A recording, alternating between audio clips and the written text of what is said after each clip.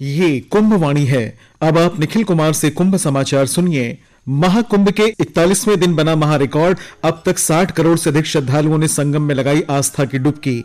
बीते 9 दिन में लगातार हर रोज 1 करोड़ से अधिक श्रद्धालुओं ने किया संगम में पवित्र स्नान। भाजपा अध्यक्ष जगत प्रकाश नड्डा ने आज आस्था की डुबकी लगाई। मुख्यमंत्री योगी आदित्यनाथ तथा उप मुख्यमंत्री ब्रजेश पाठक भी उपस्थित रहे और प्रदेश के पुलिस महानिदेशक प्रशांत कुमार ने महाशिवरात्रि को लेकर सुरक्षा तथा यातायात के लिए निर्देश जारी किए।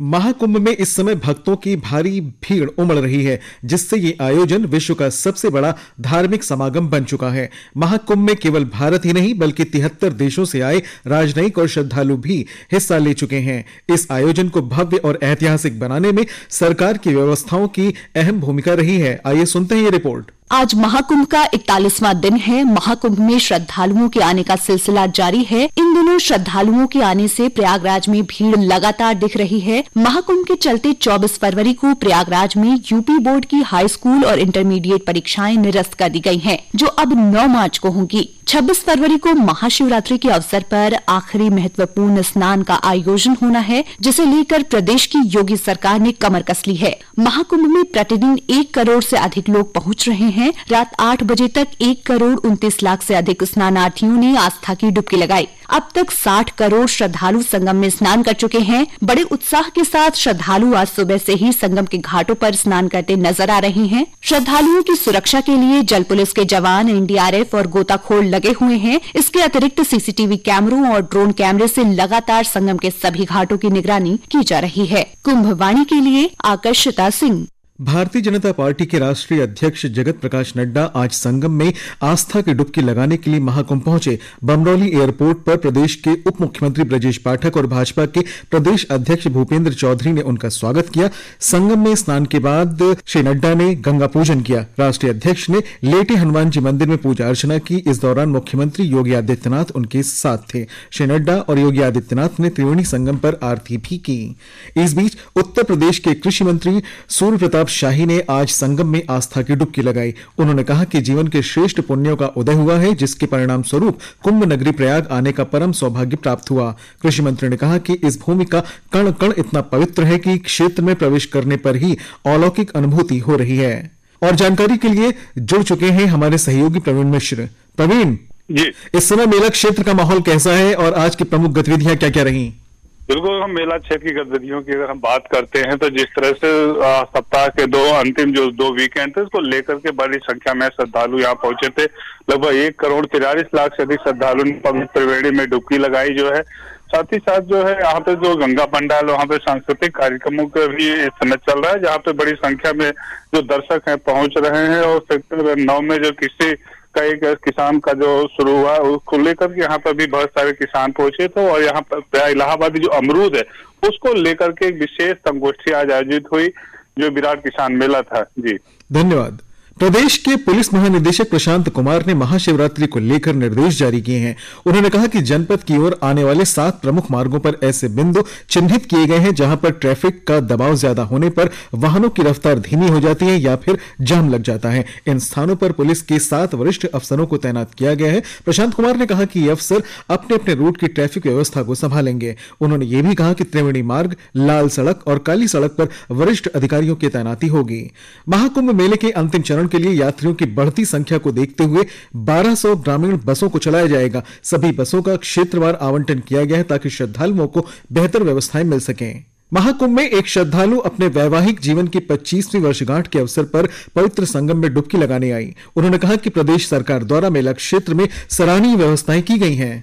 हम लोग यहाँ कुंभ नहाने आए हैं। हमारी 25वीं शादी की सालगिरह है। व्यवस्था बहुत अच्छी है, कोई परेशानी नहीं मिलती। जी और मोदी जी को धन्यवाद, क्योंकि इतना बड़ा कार्यक्रम इतने बड़े पैमाने पे जो उन लोगों ने रखा है वो किसी भी माने में आदर्शपूर्ण कार्यक्रम रहा उनका। लोगों के लिए उनके निगाह में बहुत ही सराहनीय कार्य रहा। लोग इतने अच्छे से आके यहाँ पे स्नान करके दर्शन करके जा रहे हैं, वो लोगों के इनके लिए शुभकामनाएं। इन्हें बहुत अच्छी करी और साफ सफाई, इतनी भीड़ होते हुए भी इतनी साफ सफाई है कि पूछिए मत आप। महाकुंभ के भव्य आयोजन में सांस्कृतिक प्रस्तुतियों की धूम मची हुई है। मेला क्षेत्र में बने गंगा पंडाल में सुप्रसिद्ध कलाकार अपनी अद्भुत कला से भक्तों और श्रद्धालुओं को भक्ति तथा सांस्कृतिक रसधार में सराबोर कर रहे हैं। सुनते हैं ये रिपोर्ट। गंगा पंडाल में प्रसिद्ध गायिका सुश्री निधि सिंह ने कल अपनी सुरीली वाणी से श्रोताओं को मंत्रमुग्ध कर दिया। उनकी भक्तिभाव से ओतप्रोत प्रस्तुतियां ये प्रयागराज है, राम को देखकर श्री जनक नंदिनी और तुम उठो सिया श्रृंगार करो ने श्रद्धालुओं को भाव विभोर कर दिया।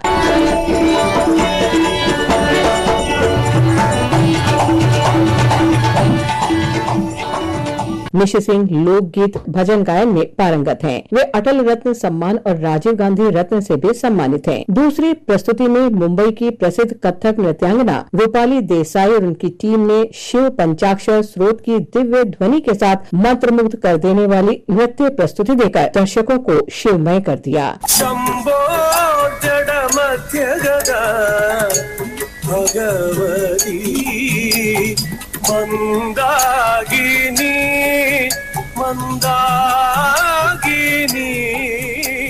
नृत्यांगना रूपाली ने अपने नृत्य की भावपूर्ण मुद्राओं और संगीत की लयबद्धता ने ऐसा दिव्य वातावरण रचा जिससे दर्शकों में भक्ति तथा आध्यात्मिक चेतना का संचार हुआ। अंत में प्रसिद्ध भजन गायक सुश्री आस्था गोस्वामी ने अपनी संगीतमय प्रस्तुति से भक्तों को भक्ति और श्रद्धा के भाव में डुबो दिया। उनके मधुर स्वरों में गाए गए गंगा स्तुति, जतन बताए जो कैसे दिन कटे हैं और रे मन हरि सुमिरन कर लीजिए जैसे भजनों ने भक्तों को आध्यात्मिक अनुभूति कराई। परमानंद कलित ललिता उनकी प्रस्तुति ने दर्शकों को न केवल संगीत में कर दिया बल्कि आध्यात्मिक ऊर्जा से भी भर दिया। कुंभवाणी के लिए लवलीन निगाह। और अब कुछ संक्षेप में खबरों के साथ हैं आनंद पाठक।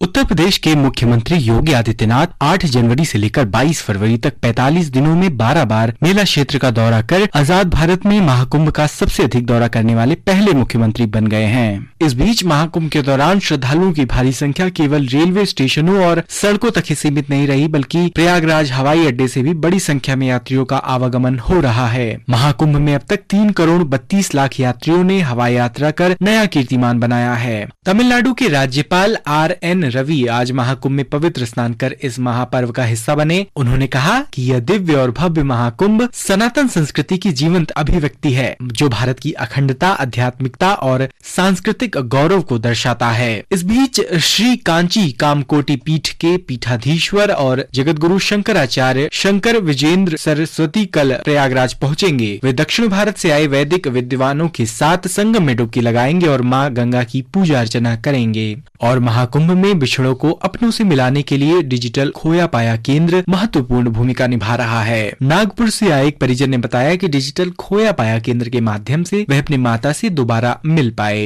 मैं नागपुर से यहाँ आ रहा हूँ और मैं काफी खोजा, इधर उधर सब जगह खोजने के लिए लगा दिया। जब जाके मिला मुझे खोया पाया केंद्र में बहुत आसानी हुई। मैं इधर उधर गया, उधर सेंटर था एक खोया पाया, वो डायरेक्ट यहाँ भेजा, मैं इधर आया। बहुत धन्यवाद योगी सर को धन्यवाद।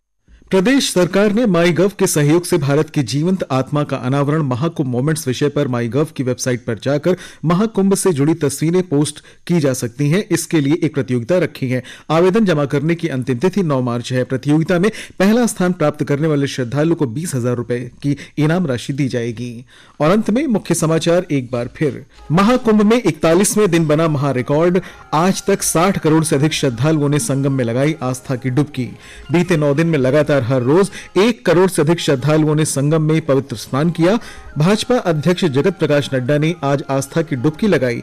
मुख्यमंत्री योगी आदित्यनाथ और उप मुख्यमंत्री ब्रजेश पाठक भी उपस्थित रहे और प्रदेश के पुलिस महानिदेशक प्रशांत कुमार ने महाशिवरात्रि को लेकर सुरक्षा तथा यातायात के लिए निर्देश जारी किए। कुंभ समाचार का अगला बुलेटिन कुंभवाणी चैनल 103.5 FM पर आप कल सुबह 8:30 पर सुन सकते हैं। इसके साथ ही कुंभ समाचार समाप्त हुए। नमस्कार।